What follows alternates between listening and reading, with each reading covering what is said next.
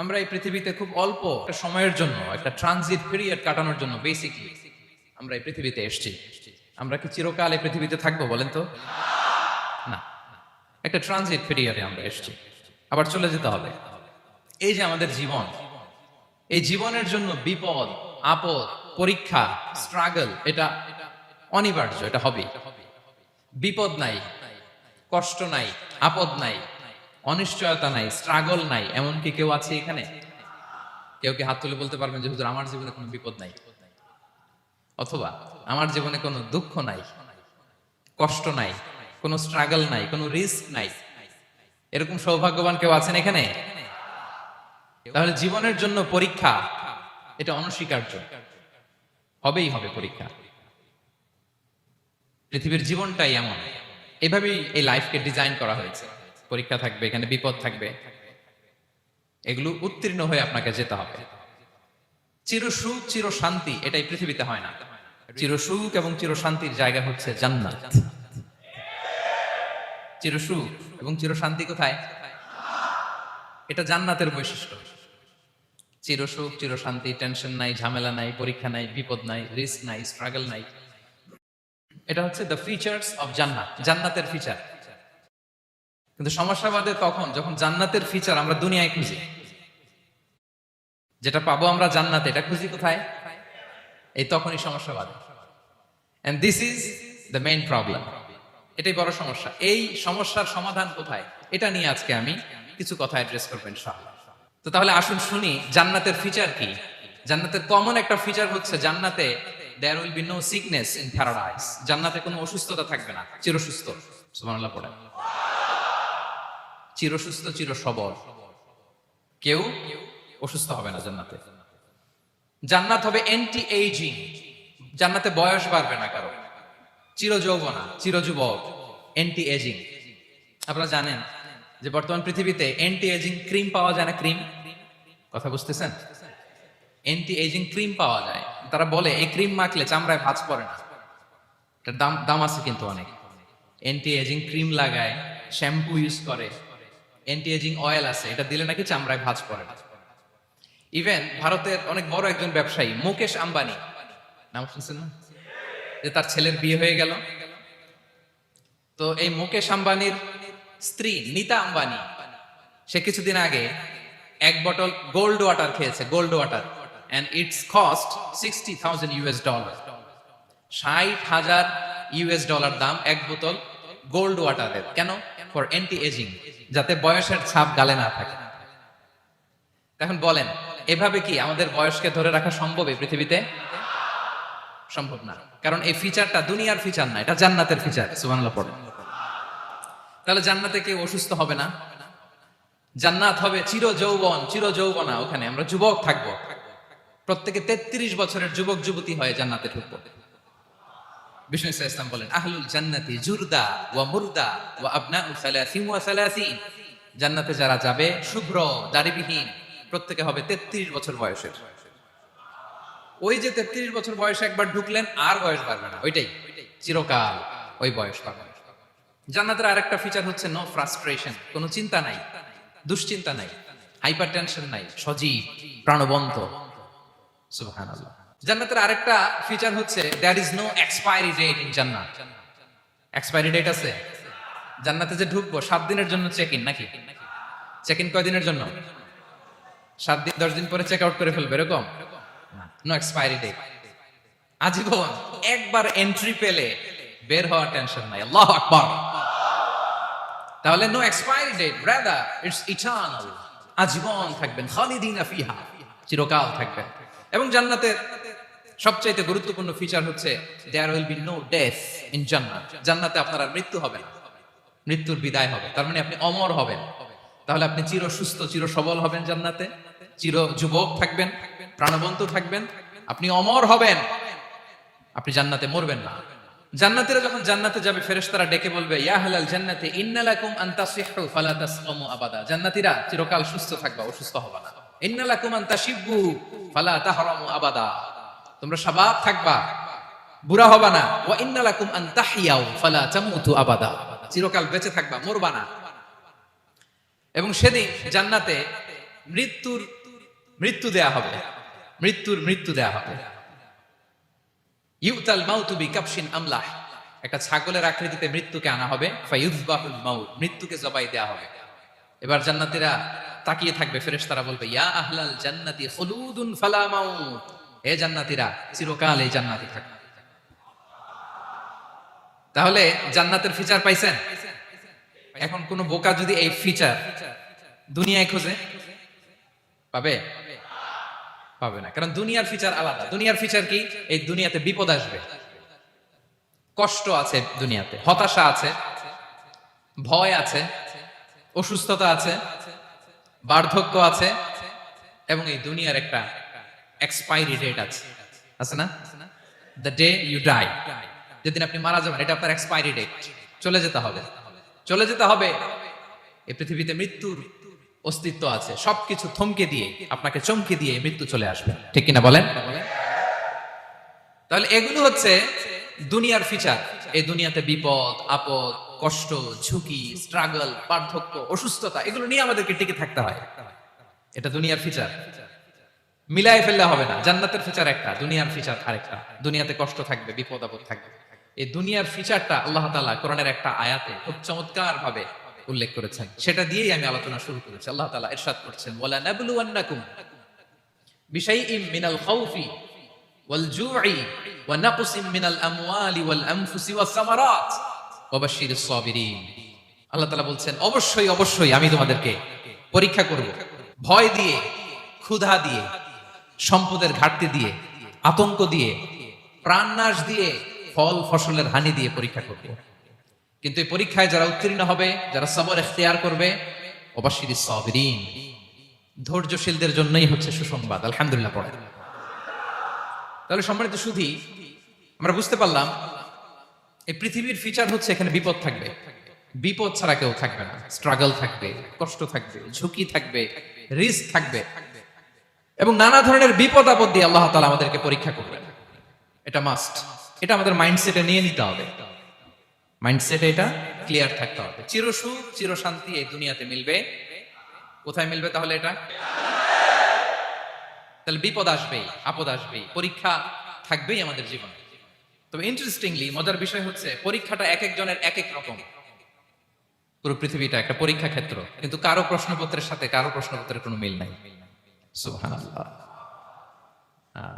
আমার পরীক্ষা একরকম, আপনার পরীক্ষা আরেক রকম, ওই ভাইয়ের পরীক্ষা আরেক রকম, ওনারটা আরেক রকম। সবাই পরীক্ষার্থী, সবাই পরীক্ষার্থী, কিন্তু কারো প্রশ্নপত্রের সাথে কারো প্রশ্নপত্রের কোনো মিল নাই। কারোর জন্য পরীক্ষা হচ্ছে সে খুব অসুস্থ, প্রচন্ড অসুস্থতা, তার জন্য পরীক্ষা।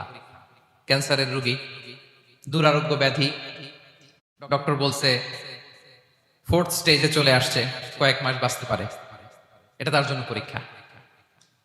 আবার কারো দেখবেন যে খুব একটা অসুস্থতা নাই, অসুস্থতার ঝামেলা নাই, কিন্তু তার দারিদ্রতা আছে, তার আর্থিক অনটন, এটা তার জন্য পরীক্ষা।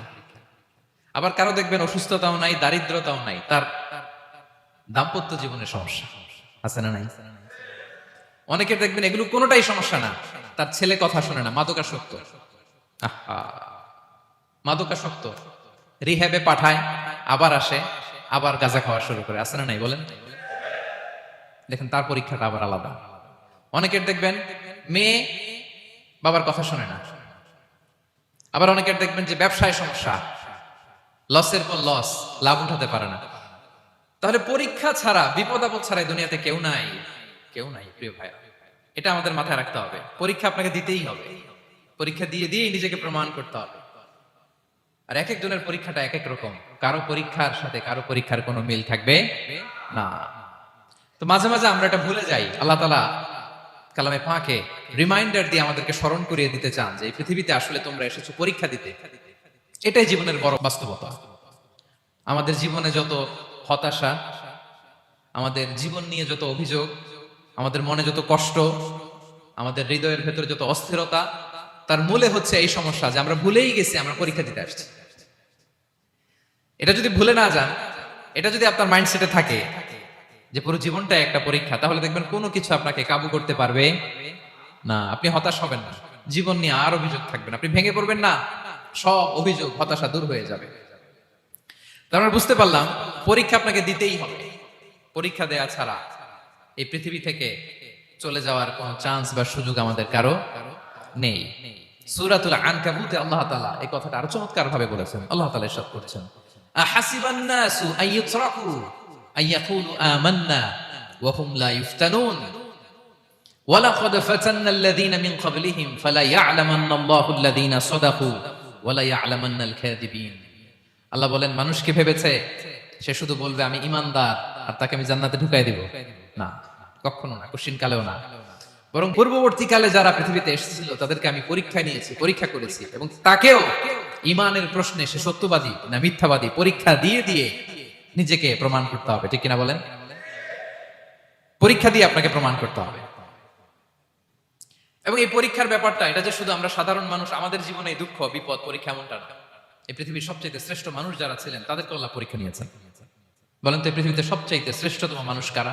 সবচাইতে শ্রেষ্ঠ ভালো মানুষ কারা ছিল পৃথিবীতে? বলেন তো নবীরা। আওয়াজ করে বলেন তো কারা? তো বলেন তো নবীদের জীবনে পরীক্ষা ছিল কি ছিল না? হ্যাঁ ছিল। বেশি না কম? বিষ্ণু ইসলামকে জিজ্ঞাসা করা হলো, আইয়ুন নাসি আশাদ্দু বালাআন ইয়া রাসূলুল্লাহ, হে আল্লাহর রাসূল এই পৃথিবীতে কাদের জীবনে পরীক্ষা বেশি? বিষ্ণু ইসলাম বললেন, আল আম্বিয়া, নবীদের জীবনে। আল আম্বিয়া সুম্মাল আমসাল ফাল আমসাল,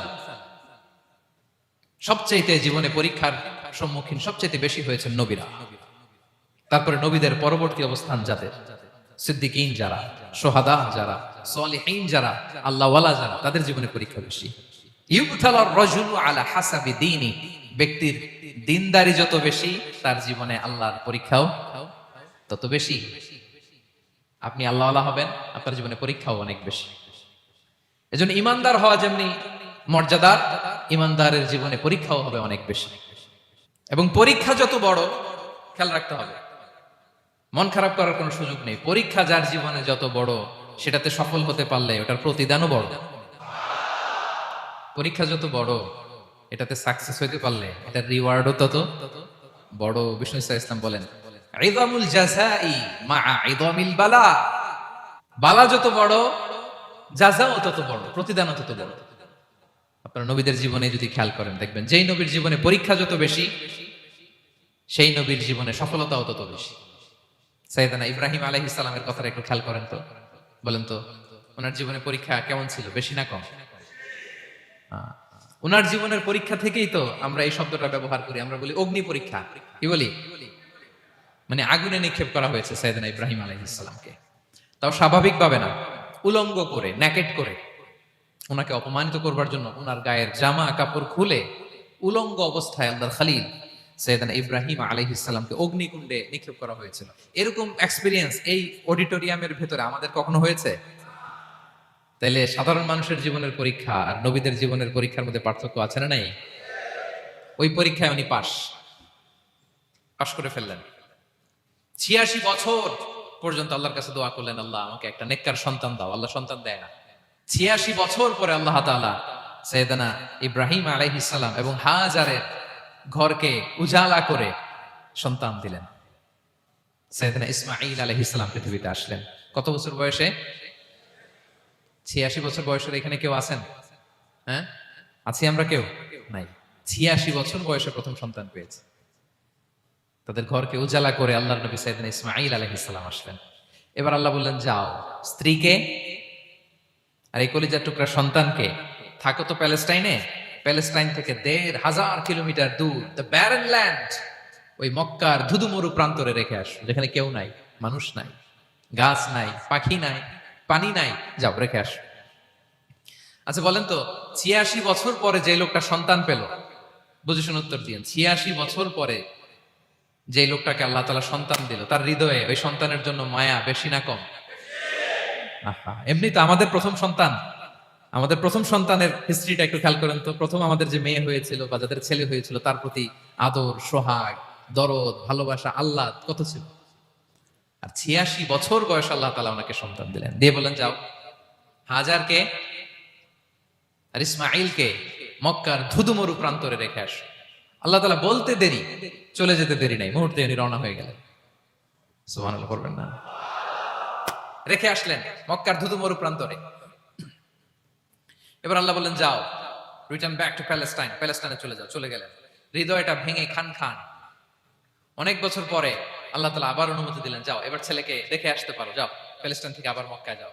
সেদিন ইব্রাহিম আলাইহিস সালাম প্যালেস্টাইন থেকে আবার ১,৫০০ কিলোমিটার পথ পাড়ি দিয়ে, এখনকার মতো ফ্লাইটে যায় না, গাড়িতেও না, উটে করে, কিসে করে। উনি যে কতবার মক্কা থেকে ফিলিস্তিন এসেছেন আর গিয়েছেন কোন ইয়ত্তা নাই, হিসাব নাই।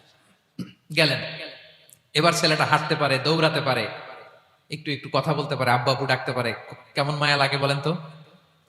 মায়া ভালোবাসায় যখন টইটম্বুর, ঠিক ওই মুহূর্তে আল্লাহ বললেন ছেলেকে জবাই করো, জবাই করো ছেলেকে।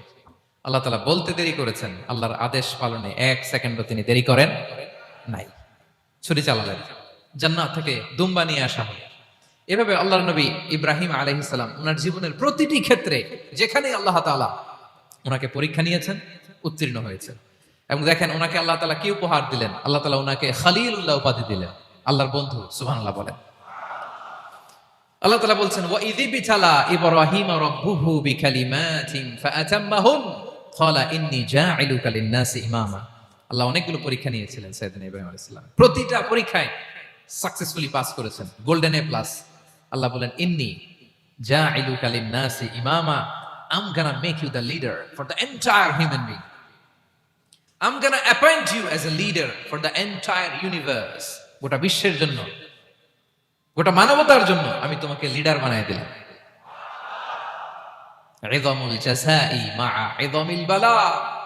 পরীক্ষা যত বড়, ওই পরীক্ষায় পাশ করলে ওইটার ফলাফল ও প্রতিদানও বড়। তাহলে দেখেন প্রিয় ভাইরা, সাইয়েদনা ইব্রাহিম আলাইহিস সালামের জীবনে পরীক্ষার কোনো শেষ ছিল না। আমি আপনি কোথায়? আল্লাহর খলিলের জীবনে যদি এত পরীক্ষা থাকতে পারে, আমি আপনি কোথায় বলেন তো? এবার বলেন সাইয়েদনা মূসা আলাইহিস সালাম, ওনার জীবনে তো কোনো পরীক্ষা টরীক্ষার ছিল না। হ্যাঁ, গুণে শেষ করতে পারবেন? জন্মটাই তো হয়েছে পরীক্ষার মধ্য দিয়ে। মিশরের ছেলে সন্তান হইলেই ফেরাউন বলছে জবাই করো। ওনার মা এরকম সিন্ধুকে করে ভাসায় দিলেন নীল নদীতে। আল্লাহু আকবার। কি একটা রোমাঞ্চকর পরিস্থিতির মধ্য দিয়ে আল্লাহ তাআলা ওনাকে বাঁচালেন। সুবহানাল্লাহ। জন্মই হয়েছে পরীক্ষার মধ্যে দিয়ে। বড় হইলেন, ফেরাউনের ভয়ে দেশ ত্যাগ করলেন, মিশর থেকে মাদিয়ান। আবার আল্লাহর আদেশে যখন ফিরে আসলেন, আবার ফেরাউনের সাথে তর্ক বিতর্ক, যুদ্ধ। একটা রাত আল্লাহ নবী মুসা আলাইহিস সালাম শান্তি মতো মিশরে ঘুমাতে পারে নাই। একটা রাত শেষ পর্যন্ত এই ফেরাউন মুসা আলাইহিস সালামকে ধাওয়া করেছে। ফেরাউনের ধ্বংসের আগ পর্যন্ত সে মুসা আলাইহিস সালামকে ধাওয়া করেছে। তার মানে মুসা আলাইহিস সালাম এই বিপদ আপদ পরীক্ষা এগুলো থেকে মুক্তি পান নাই। এবার বলেন ঈসা আলাইহিস সালামের কথা, ওনার জীবনে তার পরীক্ষা ছিল না। কি পরীক্ষা ছিল? হ্যাঁ, আল্লাহু আকবার। Same scenario goes to the biography of every messenger in the world. পৃথিবীর সব নবীর ক্ষেত্রে একই ঘটনা ঘটেছে। সাইয়েদনা ঈসা আলাইহিস সালাম দাওয়াত যখন দিলেন, ওনার বিরোধিতা শুরু হলো, ওনাকে হত্যার ষড়যন্ত্র হলো। ইভেন কি ওনাকে মারার জন্য বনি ইসরাইলেরা উদ্ধত হলো, জানে বাঁচবার জন্য পালালেন। এক ঘরে ঢুকলেন, চারদিক দিয়ে ঘেরাও করলেন, উনি দরজা জানালা লাগাই দিলেন। ওরা বললো একজন দরজা ভেঙে জানালা ভেঙে ভিতরে ঢুকো, ঢুকে দেখো বেটা ঈসা কি করে। একজন ভিতরে ঢুকছে, ঢুকার সাথে সাথে বল রাফাআহুল্লাহু ইলাইহি, আল্লাহ তাআলা ঈসা আলাইহিস সালামকে উপরে উঠায় নিলেন।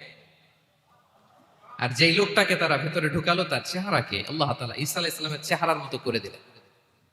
এবার তার বাইরের সাথীরা বলে ঘটনা কি, বেটা ঈসাও বেরোয় না, আমাদের লোকটাও বেরোয় না, সবাই ঢুক। দরজা ভেঙে ভেতরে ঢুকে দেখে ঈসা দাঁড়ায় আছে। বলেন তো এটা ঈসা না মিসা? এটা কি আসল ঈসা?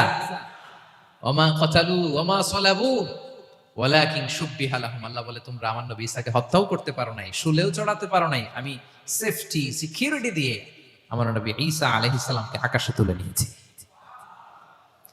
তাহলে ওনার জীবনে পরীক্ষার শেষ ছিল না। এবার যদি আমরা বিশ্বনবী সাল্লাল্লাহু আলাইহি ওয়াসাল্লামের জীবনের দিকে তাকাই, ওনার জীবনটা দেখেন তো। আমাদের পেয়ারা নবী বিশ্বনবী মুহাম্মদুর রাসূলুল্লাহ সাল্লাল্লাহু আলাইহি ওয়াসাল্লাম, ওনার জীবনে কি স্ট্রাগল ছিল? স্ট্রাগল। মাক্কি জীবনের কথা যদি একটু খেয়াল করেন, দেখেন তো 3 বছর শিয়াবে আবি তালেবে জেল খেটেছেন, না খেয়েছিলেন।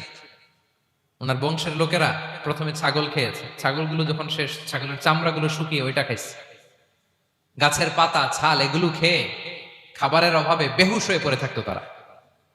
না খেয়ে, না খেয়ে কয়দিন ছিলেন আপনি? আমি কয়দিন ছিলাম না খেয়ে? মনেই তো পড়ে না, না খেয়েছিলাম কিনা কোনোদিন। এ হচ্ছে মাক্কি জীবন। মেন্টালি প্রেসার দেয়া হয়েছে। বিশ্বনবীর চাচা আবুল আহাব তার দুই ছেলে উতবা আর উতাইবা, এদের সাথে বিয়ে দিয়েছিলেন দুই মেয়ের। যখন দাওয়াত দেওয়া শুরু করলেন, দুই মেয়েকে ডিভোর্স দিয়ে দিল। দেখেন, একটা বাবার জন্য প্রাপ্তবয়স্কা মেয়েকে যখন উঠায় নেওয়ার আগে ডিভোর্স দেয়, তার মানসিক অবস্থাটা কেমন থাকে বলেন? মেন্টালি প্রেসারাইজ করা হয়েছে, ফিজিক্যালি হ্যারাস করা হয়েছে। বিষ্ণু ইসলাম যখন নামাজে দাঁড়াতেন, উটের পচা নারী ভুড়ি বিষ্ণুনবীর কাঁধে চাপিয়ে দেওয়া হতো। আপনার জীবনে এরকম ঘটছে কখনো? আপনি নামাজ পড়তেছেন, উটের পচা নারী ভুড়ি আপনার কাঁধে চাপিয়ে দেওয়া হয়েছে। কয়দিন হয়েছে এরকম? কয়দিন হয়েছে? হ্যাঁ, তারপরে তো আলহামদুলিল্লাহ বেরোয় না মুখ দিয়ে। কেমন আছেন হুজুর? কোয়েন না, বেশি একটা সুবিধার না, তাই না? বেশি একটা একটু মিলাবেন। কতটুকু পরীক্ষা আমরা দিয়েছি। তায়েফে গেলেন বিশ্বনবী, তায়েফে গেছিলেন জমির বায়না দিতে, তাই না? জমি কিনবে তায়েফে। তায়েফবাসীদেরকে জাহান্নামের আগুন থেকে বাঁচাতে গিয়েছিলেন, নিজের জন্য না। সেখানে তায়েফের ছেলেরা পাথর মেরেছে বিষ্ণু ইসলামের গায়ে। এত শুভ্র দেহ ছিল, চেহারা ছিল, বিষ্ণুবীর গা দিয়ে ঝরঝর করে রক্ত ঝরেছে। ফিজিক্যাল হ্যারাসমেন্টের শিকার হয়েছেন বিষ্ণু ইসলাম। যখন যেদিন বিষ্ণু ইসলামকে হত্যার ষড়যন্ত্র করা হলো, আল্লাহ তাআলার আদেশে তিনি মক্কা থেকে মদিনায় হিজরত করলেন।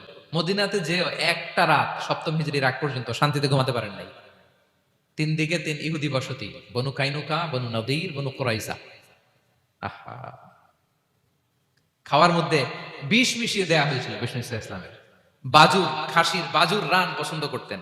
এক ইহুদি মহিলা বিষ্ণু ইসলামের ওই রানের মধ্যে বিষ মিশিয়ে দিয়েছিল। ওই বিষের যন্ত্রণায় মৃত্যুর আগ পর্যন্ত বিষ্ণুনবী কাতরাতেন, এবং উনি ইন্তেকালের সময় ওই বিষের ব্যথা যন্ত্রণাতে ইন্তেকাল করেছেন। বিষ্ণুনবীর ইন্তেকালটা শাহাদাতের ইন্তেকাল ছিল। বিষ্ণু ইসলাম বলেছেন, ওই যে খায়বার এলাকার ওই মহিলা যে আমার খাবারে বিষ মিশিয়েছিল, সেই বিষের যন্ত্রণা, বেদনা, কষ্ট আমি অনুভব করছি।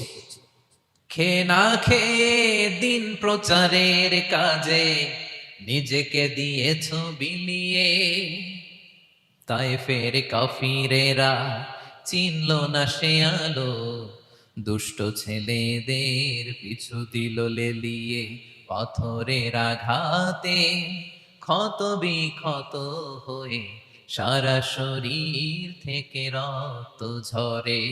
হে রাসূল তোমাকে ভুলি আমি কেমন করে, হে রাসূল তোমাকে ভুলি আমি কেমন করে। হাজার ব্যথা বেদনার পরে ফিরে আসনি তুমি আপন ঘরে, দিনের আলো তুমি ছড়িয়ে দিতে চলে গেলে মদিনায় মক্কা ছেড়ে। হে রাসূল তোমাকে ভুলি আমি কেমন করে, হে রাসূল তোমাকে ভুলি আমি কেমন করে। ঠিক কিনা বলেন? একটা রাত শান্তিতে, শান্তির ঘুম তিনি দিতে পারেন নাই। প্রিয় ভাইরা, তাহলে আমরা কি বুঝলাম? বিশ্বনবীর জীবনও পরীক্ষা ছিল কি ছিল না? আমাদের উপায় আছে? আমরা বাঁচতে পারবো এই বিপদ আপদ পরীক্ষা ঝঞ্ঝাল থেকে? বাঁচতে চাইলেও বাঁচতে পারবো? পারবো না। ইমাম মালিক আলাইহি রাহমা নাম শুনেছেন? ইমাম মালিক, ওনার জ্ঞান থেকে লাখো লাখো মানুষ উপকৃত হয়েছে, কোটি কোটি মানুষ উপকৃত হয়েছে।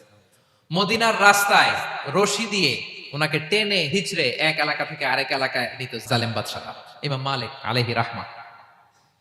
ইমাম আহমদ ইবনে হাম্বল, ওনাকে বেত্রাঘাত করা হতো, চাবুক দিয়ে পেটানো হতো। আমাদের মাযহাবের ইমাম আল ইমাম আল আযম আবু হানিফা আলাইহি রাহমা, ওনাকে কারাবন্দী করা হয়েছিল। তার মানে দেখেন, যত বড় বড় স্কলার, যত বড় বড় মাশায়েখ, এমনকি আম্বিয়া আলাইহিস সালাম, ওনারাও পরীক্ষা বিপদ আপদ থেকে রেহাই পান। পাইছে? তাহলে আপনি আর আমি পাবো? বলেন তো।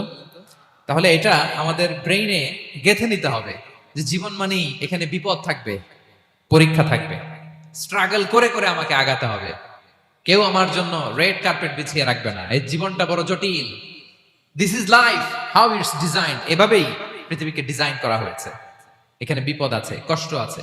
এই পরীক্ষা দিয়ে দিয়ে আপনাকে উত্তীর্ণ হতে হবে। বুঝতে পেরেছেন প্রিয় ভাইরা? নাও দ্য কোশ্চেন আরাইজ, এখন প্রশ্ন হচ্ছে কেন আল্লাহ এই পরীক্ষা নেন, কেন? আল্লাহ তাআলা সূরা মুলকে বলেছেন এই পৃথিবী সাজানোর, এই জীবন মৃত্যুর এই খেলা, এটার উদ্দেশ্যটাকে আল্লাহ তাআলা স্পষ্ট করে বলেছেন, আল্লাযী খালাকাল মাউতা ওয়াল হায়াতা লিয়াবলুয়াকুম আইয়ুকুম আহসানু আমালা। জীবন মৃত্যু দিয়ে তোমাদের জীবনকে সাজানো হয়েছে এজন্য, যাতে করে তিনি তোমাদের পরীক্ষা করতে পারেন। কি করতে পারেন? তোমাদের মধ্যে কে সৎকর্মে অগ্রগামী, কে কাজে ভালো, আমলে ভালো, এটা দেখার জন্য। বেসিকলি আল্লাহর দেখার প্রয়োজন নাই, আমাদেরকে দেখানোর জন্য এই পরীক্ষার আয়োজন। আমি ভালো করবো না খারাপ করবো এটা আল্লাহ জানে না, তো ওনার পরীক্ষা করা লাগে কেন? কথা বলেন। আমি জান্নাতি না জাহান্নামী এটা আল্লাহ জানেন না? বেসিকলি আমাদেরকে জানানোর জন্য এই পরীক্ষার আয়োজন।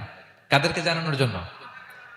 মানে তুমি জেনে যাও তুমি জান্নাতি না জাহান্নামী, আমি ভালো করেই জানি। একটা ছোট্ট উদাহরণ দিলে বুঝতে পারবেন প্রিয় ভাইয়েরা। ধরেন আল্লাহ তাআলা দুইজনকে সৃষ্টি করলেন, উদাহরণস্বরূপ একজনের নাম আব্দুল্লাহ আর একজনের নাম আব্দুর রহমান। সৃষ্টির পরে আব্দুল্লাহকে বললেন, আব্দুল্লাহ আমি জানি তুমি পৃথিবীতে 50 বছর হায়াত পাইতা, খুব ভালো কাজ করতে, তুমি দুনিয়াতে অনেক ভালো কাজ করতে, এটা আমি আগেই জানি, আমার অসীম জ্ঞান বলে আমি আগে থেকেই জানি। তো যাও, তোমার এইমাত্র সৃষ্টি করলাম, যাও তুমি জান্নাতে ঢুকে যাও, কারণ আমি জানি তুমি জান্নাতি হবে। আচ্ছা, আর আব্দুর রহমান তুমি পৃথিবীতে খুব খারাপ কাজ করতে, এটা আমি জানতাম, তোমার পাঠাইলে খারাপ কাজ করবা, তুমি সীমালঙ্ঘন করবা, অন্যায় করবা, অপরাধ করবা, তুমি জাহান্নামী হবা, যাও। যেহেতু আমি জানি পরীক্ষার আর দরকার নাই, তোমারে জাহান্নাম দিয়ে দিলাম, যাও ঢুকে যাও। আব্দুল্লাহ ঠিকই জান্নাতে ঢুকে যাবে, আব্দুর রহমান কি ঢুকবে? ঢুকবে।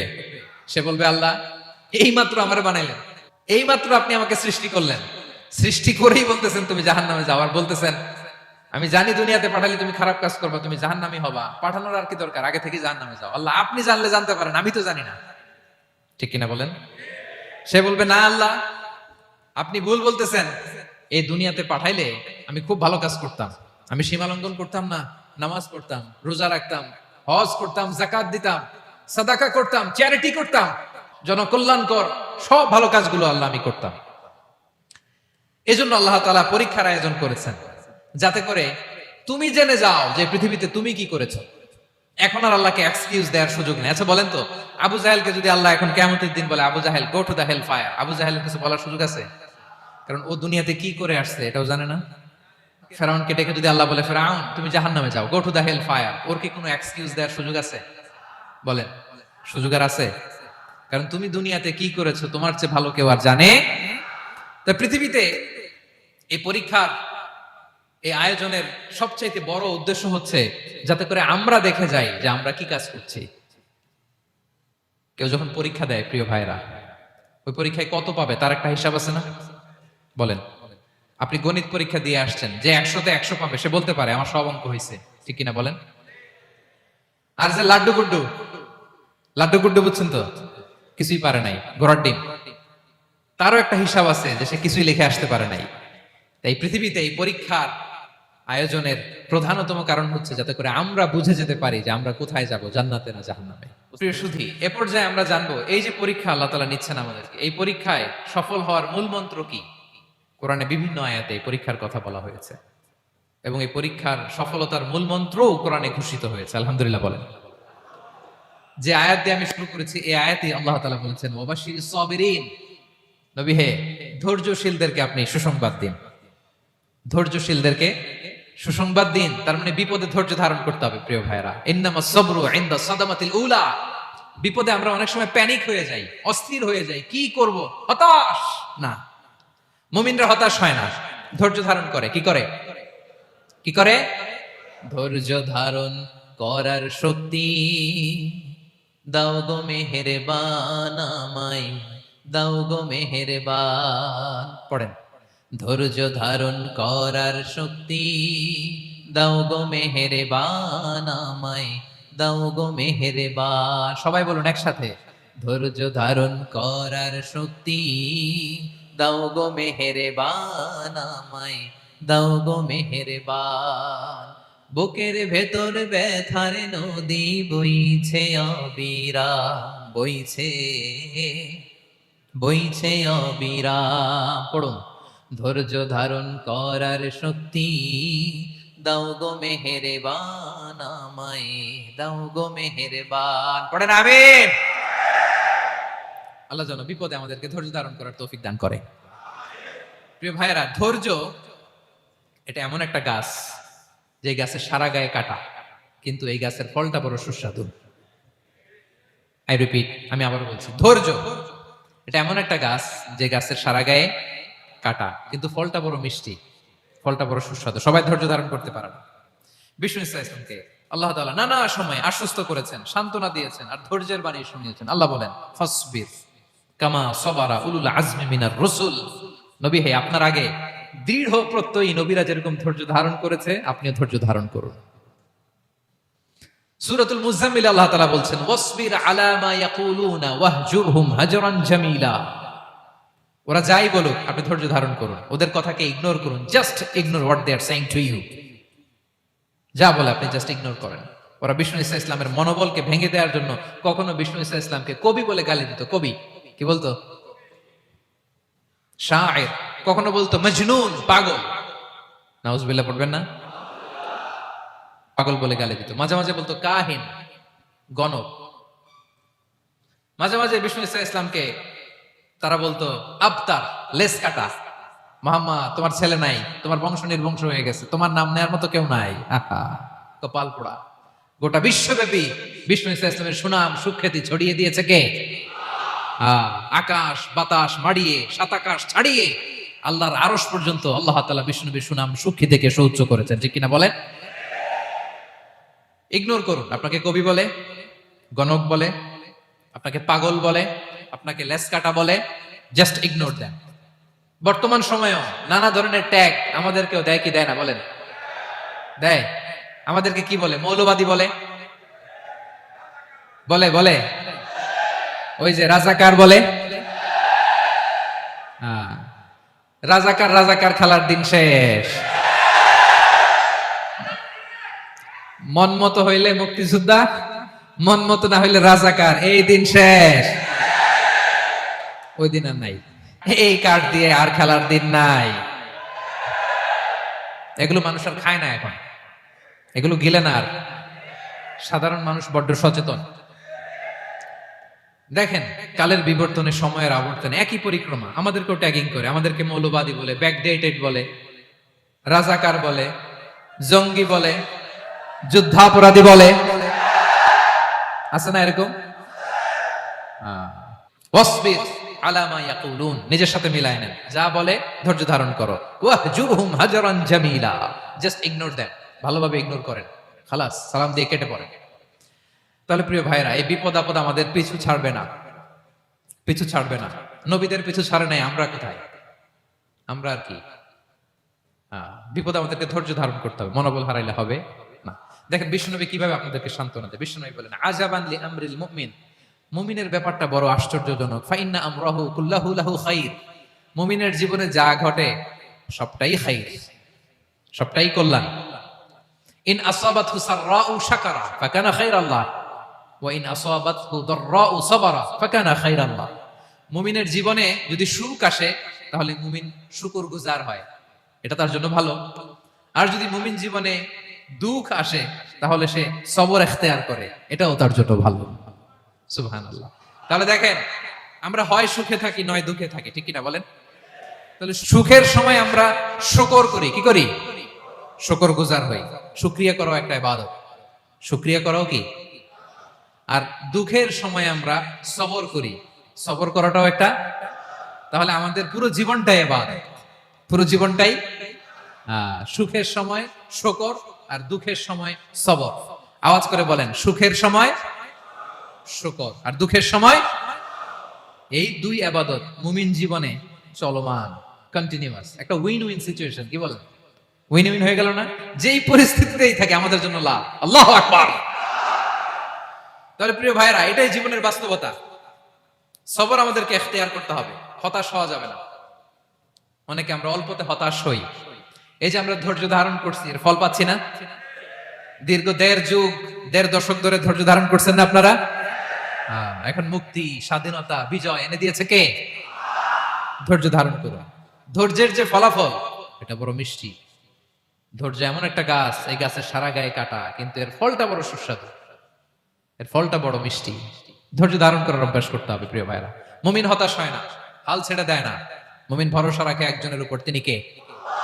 লা তাইয়াসু মির রাউহিল্লাহ ইন্নাহু লা ইয়াইয়াসু মির রাউহিল্লাহ ইল্লাল কওমুল কাফিরুন। আল্লাহর রহ থেকে, রহম থেকে নিরাশ হয়ে যাও না। কাফির ছাড়া, অকৃতজ্ঞ ছাড়া কেউ আল্লাহর রহ থেকে, আশা থেকে নিরাশ হয় না। শয়তানের সবচেয়ে বড় মিশন হলো আমাদেরকে হতাশ বানানো। এটা খেয়াল রাখবেন। শয়তানের সবচাইতে বড় মিশন কি? আমাদেরকে হতাশ করে দেয়া। হতাশ বানাইতে পারলে সে সাকসেসফুল, খুশি। কিন্তু আমরা এত সহজে হতাশ হই না, আমরা নিরাশ হই না, আমরা বিপদে হাল ছেড়ে দেই না। আমরা ভরসা রাখি এক মহান সত্তার উপর, তিনি কে? মনে থাকবে, বিপদ আসলে ভেঙে পড়বেন, ভিসা না হইলে কান্নাকাটি শুরু করবেন, ব্যবসায় লস হইলে হাউমাউ, হ্যাঁ, দেশ থেকে কোনো দুঃসংবাদ আসলে হতাশ হবেন, ভেঙে পড়বেন। ধৈর্য ধারণ করব আমরা। আওয়াজ করে বলেন, আমরা কি করব? সবর। বিপদ ট্যাকেল দেওয়ার প্রথম স্টেপ হচ্ছে সবর। ধৈর্য ধারণ করতে হবে। অবশ্যই সাবিরিন, ধৈর্যশীলদেরকে সুসংবাদ দাও। বিপদ থেকে বাঁচার দ্বিতীয় স্টেপ হচ্ছে এই বিপদ থেকে উত্তরণের চেষ্টা করতে হবে। কন্টিনিউয়াস প্রচেষ্টা চালিয়ে যেতে হবে। ওয়াল্লাযীনা জাহাদু ফিনা লানাহদিয়ান্নাহুম সুবুলানা। যারা আমার রাস্তায় চেষ্টা করে, প্রচেষ্টা করে, স্ট্রাগল করে, তাদেরকে আমি পথ দেখিয়ে দেই, সুবুল দেখিয়ে দেই, ওয়ে আউট দেখায় দেই, এক্সিট দেখায় দেই। কোথাও আটকাবেন না আপনি, আপনাকে এক্সিট দেখাই দিবে কে? মালয়েশিয়াতে কেলুয়ার বলে না, কেলুয়ার কি বলে চেনেন? কেলুয়ার মানে কি? এক্সিট। এক্সিট পেয়ে যাবেন, আটকাবেন না আপনি জীবনে কোথাও। 3 নাম্বার, আল্লাহর উপর তাওয়াক্কুল করতে হবে বিপদ আসলে। ওমাইয়া তাওয়াক্কাল আলাল্লাহি ফাহুয়া হাসবুহ। আল্লাহর উপর যে তাওয়াক্কুল করে, আল্লাহই তার জন্য যথেষ্ট হয়ে যায়। তাহলে বিপদে প্রিয় ভাইরা আমরা প্যানিক হব না, ধৈর্য ধারণ করব, বিপদ থেকে উত্তরণের সর্বোচ্চ প্রচেষ্টা চালিয়ে যাব, আর ভরসা রাখবো একজনের উপর, তিনি কে? আর বিপদ আসলে এটাকে নেগেটিভলি নেবেন না সব সময়। বিপদ আপদ এটা অনেক পজিটিভ, ভালো জিনিস আমাদের জীবনে বয়ে নিয়ে আসে। শাইখুল ইসলাম ইবনু তাইমিয়া আলাইহি রাহমা, উনি বলতেন, খুব দামি কথা, খুব হেভি ওয়েট কথা, মনোযোগ দিয়ে শুনুন। তিনি বলতেন, যে নেয়ামত তোমাকে আল্লাহ থেকে দূরে সরায়, ওই নেয়ামতের চেয়ে বিপদ ভালো, যে বিপদ তোমাকে আল্লাহর দিকে ধাবিত করে। আই রিপিট, আমি আবারও বলি, যে নাজ নেয়ামত তোমাকে আল্লাহ থেকে দূরে সরিয়ে দেয়, সে নাজ নেয়ামতের চেয়ে ওই বিপদ আপদ ভালো, যেই বিপদ আপদ তোমাকে আল্লাহর কাছে টেনে দেয়। তাহলে বিপদ আপদ আসলে আপনি হতাশ হবেন? আর কখনো দুঃখ করবেন? মোয়ারের ভাইয়েরা, আর মন খারাপ করবেন? আপনি খেয়াল করে দেখেন, বিপদ আসলে আমরা আল্লাহরে ডাকি বেশি। যখন অসুস্থ আপনি খেয়াল করেন তো, আল্লাহ আল্লাহ তুমি ছাড়া বাঁচানোর কেউ নাই, আল্লাহ আল্লাহ তুমি হেফাজত করো, আল্লাহ তুমি সুস্থ করে দাও। যখন লাইফ থ্রেট, দেখেন আপনি গুম হয়ে যেতে পারেন, আপনার কারাবন্দী করতে পারে, এরকম একটা বিপদের মধ্যে আছেন, তখন খেয়াল করেন তো আল্লাহর সাথে আপনার কানেক্টিভিটি, রিলেশনশিপটা কতটা ডেভেলপ হয়। কারণ বিপদে পড়লে আমরা আল্লাহরে ডাকি বেশি। তাহলে বিপদ আপদেরও কিছু পজিটিভ সাইড বা দিক আমাদের জীবনে আছে না নাই? অনেক পজিটিভ দিক আছে, কয়েকটা শেয়ার করি। 1 নাম্বার, আল্লাহ 1 নাম্বার পজিটিভ সাইড তো বললাম, ইমাম ইবনু তাইমিয়া যেটা বললেন। এরপরে হচ্ছে মাঝে মাঝে আল্লাহ তাআলা আমাদের মর্যাদাকে আপগ্রেড করতে চায়, এলিভেট করতে চায়। আপনি ধরেন কোন একটা এয়ারলাইন্সের রেগুলার প্যাসেঞ্জার টিকিট কাটেন, মাঝে মাঝে হঠাৎ করে দেখবেন কাউন্টারে গেলে তারা বলে, you are upgraded to business class, অথবা you are upgraded to first class. যেহেতু রেগুলার প্যাসেঞ্জার, অনেক মাইলস জমা হয়েছে, আপগ্রেড করে দেয়। আল্লাহ তাআলা মাঝে মাঝে চায় তিনি আমাদের মর্যাদাকে, র্যাঙ্ক, এটাকে আপগ্রেড করবেন। কিন্তু আমার যে আমল আখলাকের অবস্থা, ওইটা দিয়ে ওই আপগ্রেড র্যাঙ্কে যাওয়ার সুযোগ নাই। বুঝতেছেন কথা?